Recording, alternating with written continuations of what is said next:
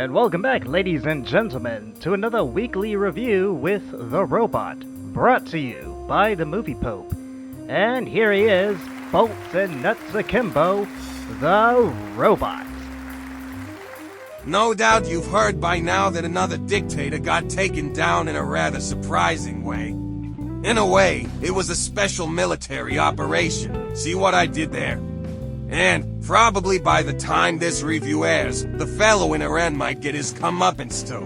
It's like once the new year starts, things get cranked to 11 and doesn't even give us time to unwind and decide as to whether or not that New Year's resolution is even worth keeping, let alone take seriously. As we are trying to stay relevant and keep on the algorithm's good side, I'm taking a look at The Dictator from 2012 starring Sacha Baron Cohen as the solipsistic and deluded dictator of Wadia. And the way the movie ends definitely would seem like the kind of ending most deposed dictators would envy, rather than ending up in a court docket or in the sewers or, even worse, in Moscow. Now you might say, hey, Robot, this is a movie review channel, and you're programmed to review movies. Keep your clunky claws out of politics. It totally scares us, and my rebuttal is, you sound a lot like Lee. Oh, look at me. I'm the movie pope. I don't know current events. I just like hiding out in my hidey hole beating off to manga. Seriously, ever wonder why we never see him on camera? Make sure you comment below and we'll see what he says. Lucas says he's gonna get him a webcam, but between you and me, I doubt he's not gonna be prepared for what is revealed. There must be some sort of handbook or cheat sheet as to how to be a dictator. Step 1 is to have military credentials or, at the least, make friends with the top brass. And then there's the bling. My God, it's like these dudes can't help but flex at how rich and powerful they are by building these extravagant palaces and buying these expensive things just to prove how much value they have. Of course, we know they're just compensating because they're tiny in the underpants department, which naturally drives them insane. And then other countries actually stand up to them that makes them go ape-poo crazy. We tolerate it for a while, because it's amusing, but then we get tired real quickly and then the dictator isn't having too much fun anymore. Here, Aladdin isn't doing or saying anything special. He's just your average, run-of-the-mill, autocrat. But to give him a redemptive story arc is quite laughable, since we know realistically that's not happening, and to make them slightly likable is a cause for opprobrium.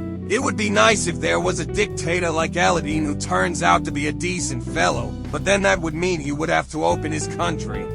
And the last guy to do that ended up bringing down the nation.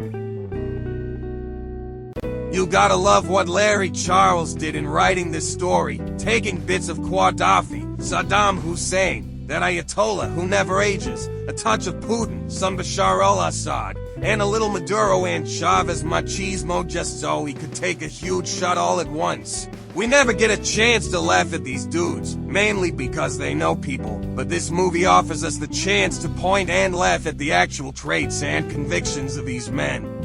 And Sacha Baron Cohen is slightly exaggerating the accent and performance for comic effect. But really, when you've got as much material as provided by 70-something years of autocrats, you aren't really called upon to utilize the full weight of your acting chops to get some cheap laughs. These men, in their times and countries, ended up creating chaos for the population. So, ladies and gents, on behalf of the repressed people living under the boots of these thugs, let's point and laugh twice as hard. And if you're offended by this movie, chances are you might be a dictator. When Aladdin survives the assassination attempt, he takes cover in Little Wadia, where he runs into expats who, surprise, aren't his biggest fans and have actually suffered a lot because of his petulant and impulsive proclivities. This humbles him, and over time, he comes to learn and appreciate the blue-collar life. Never mind the fact that he's spent most of his life living it up and putting people to death the same way that someone tosses out a used Kleenex. And his best friend turns out to be supposedly assassinated head of the nuclear program, Nadal, who is the perfect foil to the childish simpleton. Is it funny? Sure, why not? Rich boy learns how to finally do things for himself. You could say that this film is a thought experiment, asking the question, could a rotten to the core autocrat reform if placed in the right circumstances? And the answer is no, absolutely not. We're talking about bros who go down swinging and would never in a million years even touch a broom for sweeping. And to give up all that loot and to even offering a helping hand is as likely as climbing Everest in the nude. Sure, it's a nice concept, and is pretty ridiculous, but that's why it works. It's taking a reality that can never happen and presenting it for our amusement.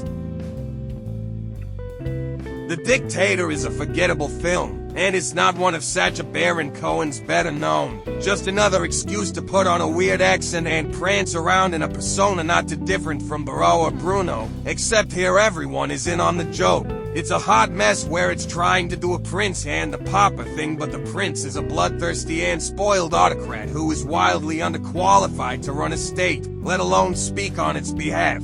Kinda weird, really, that the protagonist is someone you shouldn't root for and the antagonists are the ones who actually want to change things for the better. Another thing, too, is that this movie has a bit of Coming to America vibes to it, but of course, it comes nowhere to match in this classic. The whole clash of culture motif we see throughout that's supposed to be comedic is, in fact, a massive dog egg laid out on the big screen and we just have to sit there and take it. How fitting, then, that a movie like this encapsulates what it means to be a dictator. They're fast becoming a dying breed, so let's get our yucks and guffaws while we can, because pretty soon there won't be any more left. Thanks for watching, and if you don't mind, please leave us a like, it helps a lot. And while you're at it, subscribe so you never miss an episode drop. This is the Robot signing off.